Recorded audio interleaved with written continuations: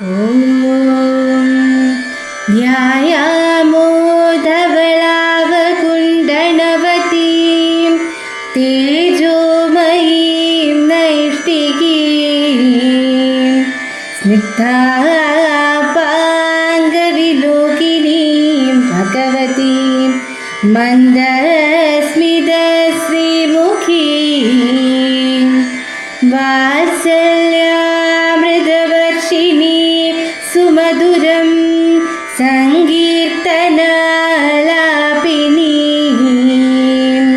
ശ്യാമാംഗീം മധുസിക്തസൂക്തിം അമൃതാനന്ദാഗ്നികാം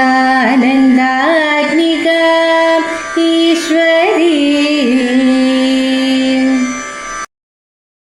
ഗജാനനം ഭൂതഗണാതിസേവിതം കപിത്തജംബൂഫലസാരഭക്ഷിതം ഉമാസുതം ശോകവിനാശകാരണം നമാമി വിഘ്നേശ്വര പാദപങ്കജം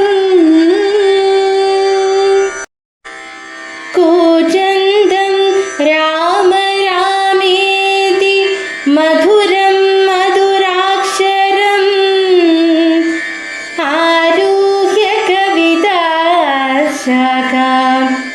വന്ദേ വാൽമീകി കോകിലം. ഓം ഹരിശ്രീ ഗണപതയേ നമഃ. അവിഘ്നമസ്തു.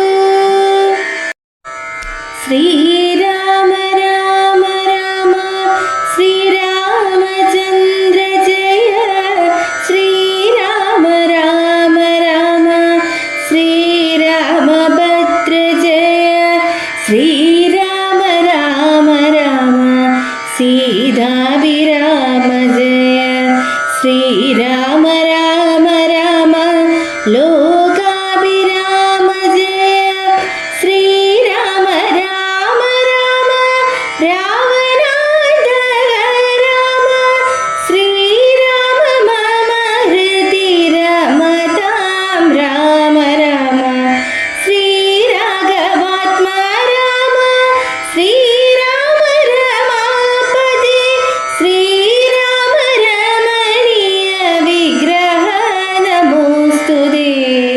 ശ്രീരാമ രമണീയ വിഗ്രഹ നമോസ്തുതേ. നാരായണായ നമോ നാരായണായ നമോ നാരായണായ നമോ നാരായണായ നമ. നാരായണായ നമോ നാരായണായ നമോ നാരായണായ നമോ നാരായണായ നമ. ശ്രീരാമനാമം പാടി വന്ന പൈങ്കിളിപ്പെണ്ണേ, ശ്രീരാമചരിതം നീ ചൊല്ലിടുമടിയാതെ. ശാരിക പൈതൽ താനും വന്ദിച്ചു വന്ദ്യന്മാരെ. ശ്രീരാമസ്മൃതിയോടെ പറഞ്ഞു തുടങ്ങിനാൻ. ആരെയും പോരിനയക്കുന്നതില്ലിനി നേരെ പൊരുതു ജയിക്കുന്നതുണ്ടല്ലോ. നമ്മോടു കൂടെയുള്ളോർക്കൾ പോന്നിടുക, നമ്മുടെ തേരും വരുത്തുക എന്നാനവൻ.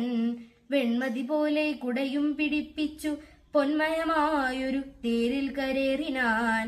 ആലവട്ടങ്ങളും വെഞ്ചാമരങ്ങളും നീലത്തഴുകളും മുത്തുക്കുടകളും 1000 വാജികളെ കൊണ്ടു പൂട്ടിയ വായുവേഗം പൂണ്ട തേരിൽ കരേറി മേരുശിഖരങ്ങൾ പോലെ കിരീടങ്ങൾ ഹാരങ്ങളാം ആദിയാമാഭരണങ്ങളും 10 മുഖവും 20 കൈകളും ഹസ്തങ്ങളിൽ ചാപബാണായുധങ്ങളും.